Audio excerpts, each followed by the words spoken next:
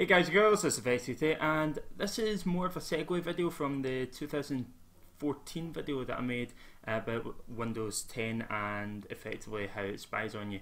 Now that was only a short video. This video is going to be a little bit longer because I do have quite a lot of things that I've kind of researched and things like that as well. First of all, Windows 10 Wi-Fi Sence. Now a lot of people were saying that yeah, Windows 10 is sharing your Wi-Fi password with friends on Facebook, Skype, Outlook, and I believe it was email. I'm not 100% sure. I think it was Outlook that it covers under.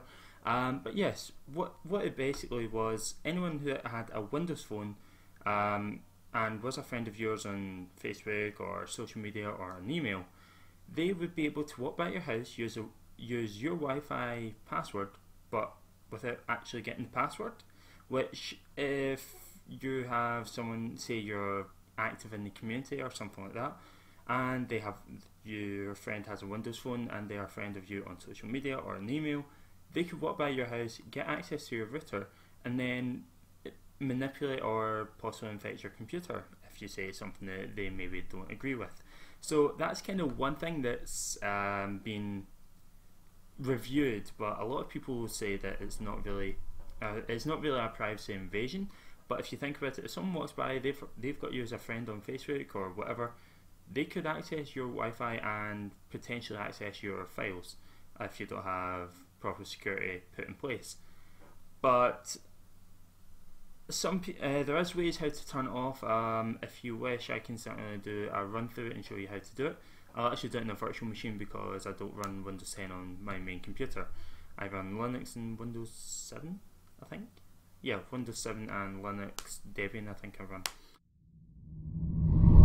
Okay guys, so yes, moving on from Wi-Fi Sense, we're going on to the Windows 10 and its consistent sending information back to Microsoft.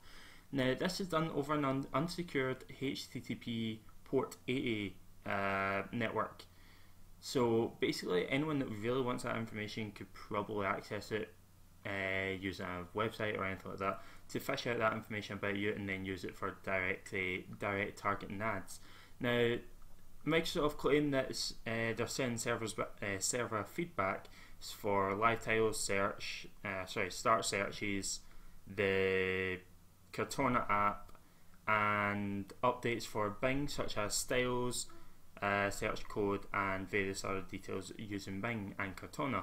Now, suppose even though you turn it off, it's still actually going to keep sending the information back anyway, which is again invasion of privacy. And there has been a lot of people that have said that their privacy has been invaded because of this. I'm not going to say what news article has been reporting back what, but it has been reported on the news that things have been going wrong with Microsoft Windows 10 and the theory of it being, well, invasive. And transitioning on to Windows 10, stealing your bandwidth to update other people. This is something that has actually been actively used over, I think it was the protocol WSUS, I think it is. I can't remember the exact abbreviation, I can put it up if I need to. But basically what it does is it uses your bandwidth to update other people and make their updates kind of speedier and better. Now, with that being said, you can disable it. The only problem with that is when you disable it, when you're trying to update yours, it will restrict what speed you get by, I believe it's 25%. They restrict it because you're not actually providing a community. So basically what they're doing is, in theory, using peer-to-peer but over a protocol that they designed themselves. Again, using your bandwidth, you pay say you pay £50 a month and you're getting 152 meg down and 40 meg up or whatever your internet connection is, but yet you're paying money to basically update other people on other networks. Now this can be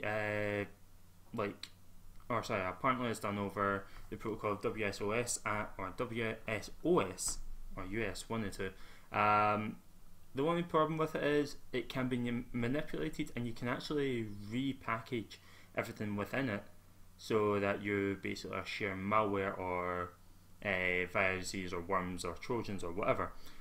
That's the one major thing that people are kind of actively against. I personally would say if you're going to update, you must update from Microsoft website, but obviously Windows 10 users, there's something like 7 million, I think, maybe higher, with 92% of people being happy with the service that it's providing just now. The only problem is there's a lot of advertisements and things like that, but obviously Microsoft, they're wanting to make as much money as possible from yourself.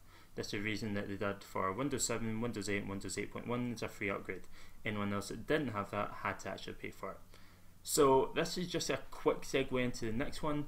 In regards of Windows 10, it cannot actually be disabled. And what I mean by that is Windows 10 updates cannot be disabled. On the end user license agreement, which you agree to when you're setting the initial Windows 10 updates, the software periodically checks the system for the system and app updates and downloads and installs them for you. You may obtain updates from only Microsoft or other authorized sources, and Microsoft may need to update your system to provide those updates. By accepting this agreement, you agree to receive these types of updates without any additional notice. Now that means that Windows or Microsoft can actually push updates to invade your privacy. I know I'm kind of going on about quite a lot about privacy in this, but it does invade your privacy. For example, if you've got documents that you don't want to be updated or read by Microsoft's program, I can't remember what the name of it is, but basically it kind of cordoned off areas of your computer so that it can analyze and make the computer better for your personal usage. Yeah, that is beneficial, but there's certain things that people don't want read by a computer or by another system, and that's kind of invasion because it can read the file type, read what's in the file, and actually make a digital copy of that and send it back to the Microsoft servers. So that's kind of a downfall with it. And this is kind of the last little thing I've got on Windows 10's kind of privacy breach and